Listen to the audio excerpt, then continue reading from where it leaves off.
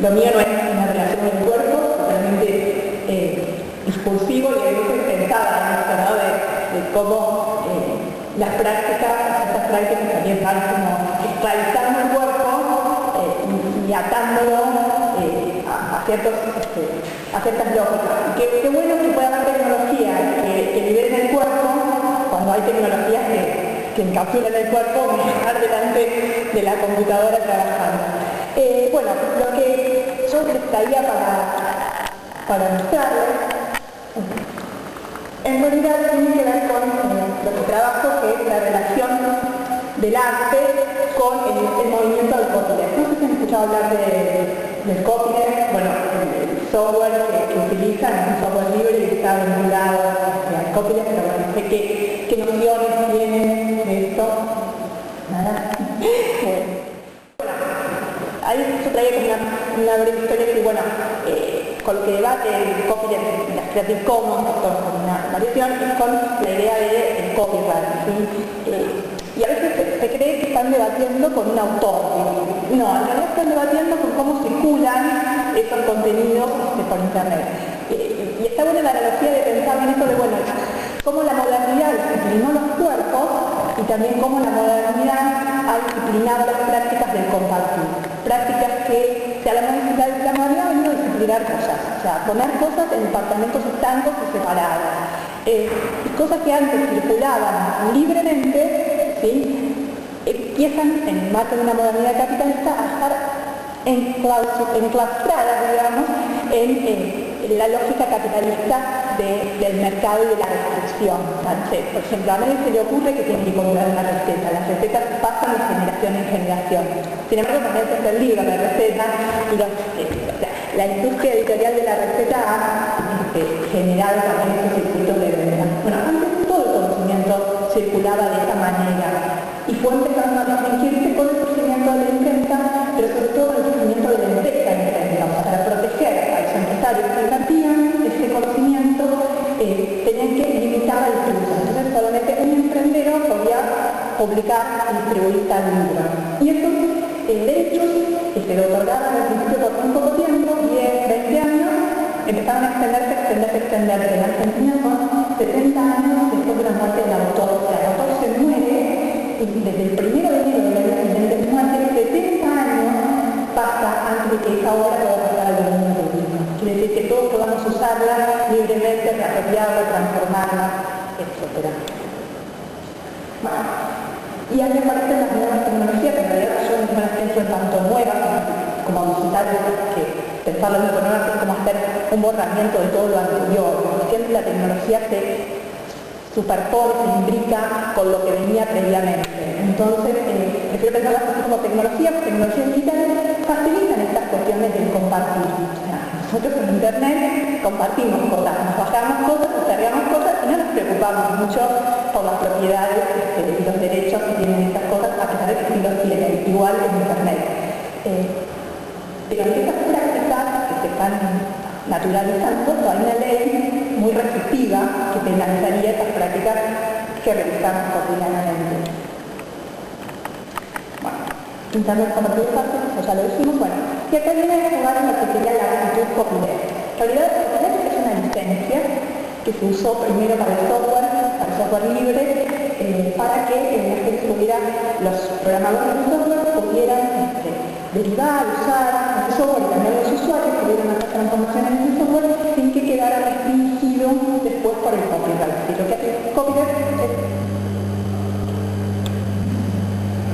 es la gente de Microsoft, el derecho de distribución, reproducción y circulación de las cosas. Entonces, una obra de copyleft, cualquier obra sea, es un software, pero se ha trasladado al arte y a otro tipo de obras, se puede usar, se puede modificar, se puede distribuir, incluso con fines comerciales, siempre y cuando la obra derivada, la obra resultante se destruya, también se haga bajo una licencia de copyleft.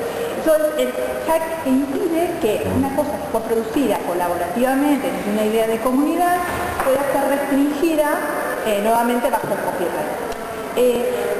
En el derecho argentino en realidad no usamos el copyright. La ley 1723 de propiedad intelectual que divide los derechos en derechos morales o personales y derechos patrimoniales.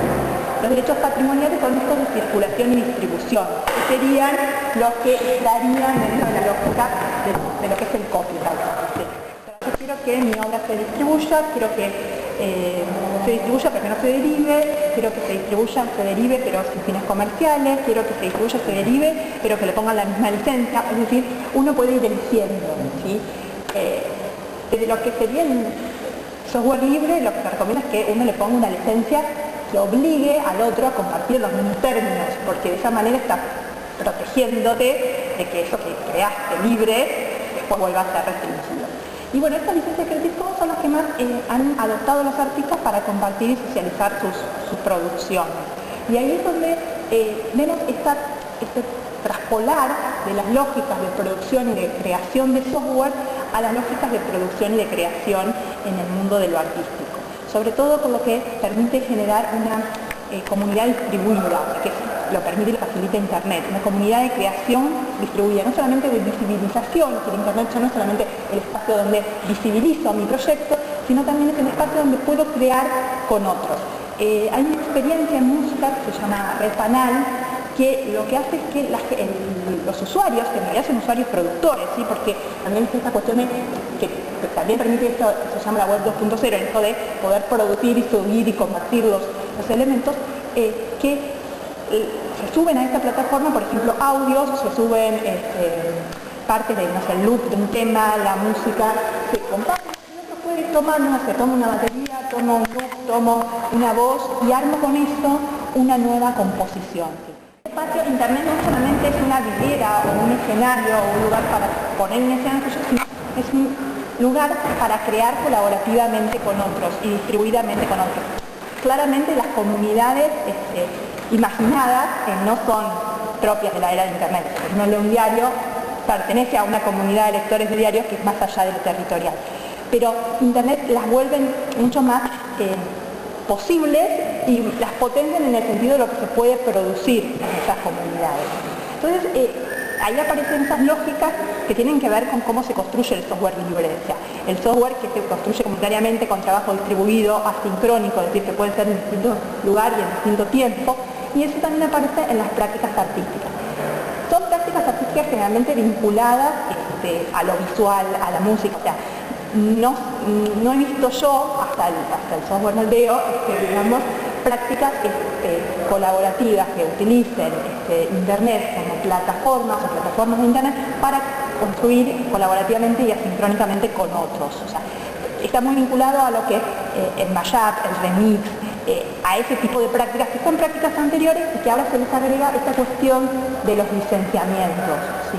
Bueno, y ahí aparece una cuestión central de las tecnologías y aparece como una contradicción a veces en cómo los artistas ven y enuncian su relación con la tecnología y cómo en realidad hacen uso y se apropian de esa tecnología. Porque cuando uno les pregunta desde el discurso, dicen no, porque la tecnología se desterritorializa, la tecnología es solamente una herramienta, la tecnología no genera vínculos efímeros, pero en realidad en sus prácticas esas tecnologías están teniendo un lugar mucho más central que el que reconoce, porque les permite esto, construir comunidades de creación no situadas, porque les permite construir colaborativamente, porque les permite retomar materiales. En el uso de la digitalización uno puede retomar materiales de otros, derivarlos, transformarlos, y en ese sentido se hace más accesible a la creación también, desde cómo se entiende la creación de estos grupos. Es decir, la creación no es algo que surge de la nada, no es un estar en el origen, en los términos de Burrián, sino es esto de recombinar aquello existente. Entonces, en ese recombinar aquello existente también hay creación, ¿sí? O sea, ¿cómo combino esto que ya existía? ¿Cómo pongo un objeto en lugar del otro? Que tampoco es novedoso en el campo del arte, o sea, es lo que hacía Duchamp cuando sacaba un objeto y lo ponía en otra parte. Pero esto ahora está atravesado por estas tecnologías digitales que lo hacen como más accesible, que hacen que en última instancia yo misma, sin conocimientos artísticos, o sea, yo vengo del campo del periodismo y la comunicación, puedo agarrar partes de un video y subirlos a YouTube y estoy creando algo para lo que quizá antes tenía que registrar, tener otros saberes. Entonces, en algún punto, no sé si si democratizar, porque democratizar es una palabra muy grande, ¿sí? En Internet se siguen reproduciendo las relaciones de poder que existen, es lo que charlábamos un poco antes, las relaciones de poder que existen en el mundo de lo offline, digamos, están también en el mundo del online, o sea, los grandes monopolios, Google, los grandes nodos. Pero en cierta forma es esto de los intersticios que podemos llegar a tener con Internet en cómo creamos y cómo entendemos la creación. Bueno, yo había traído ahí para mostrarles algunas experiencias que de última después les comparto por mail, algunas experiencias que utilizan Internet como escenario, pero también como lógica de creación. Son dos experiencias ligadas, más, como yo decía, a la música y a las artes visuales, ¿sí? No he rastreado, yo no he encontrado experiencias que hagan esto en cuestión del cuerpo, pero sí puede ser posible en lo que es videodanza, ahí sí, o sea, en el sentido de por ahí compartir estos videos y generar como una puesta que se cree de videos de otros, que ahí podría ser. Y en lo que es la universidad específicamente, en lo que es esta actitud copyleft, digamos, de poder compartir, socializar, de entender a la creación como un aporte al fondo, como un fondo común, ¿sí?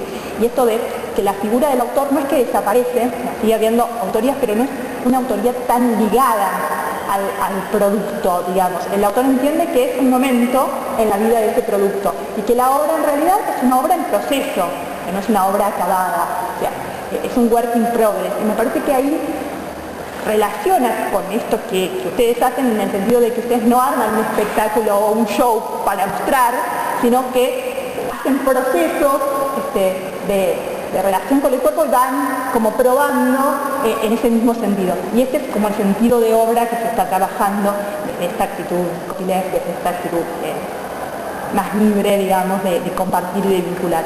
Y bueno, les decía que en la universidad está, bueno, el CEDIFE, que ya todos lo conocen, que trabaja con licencias Creative Commons.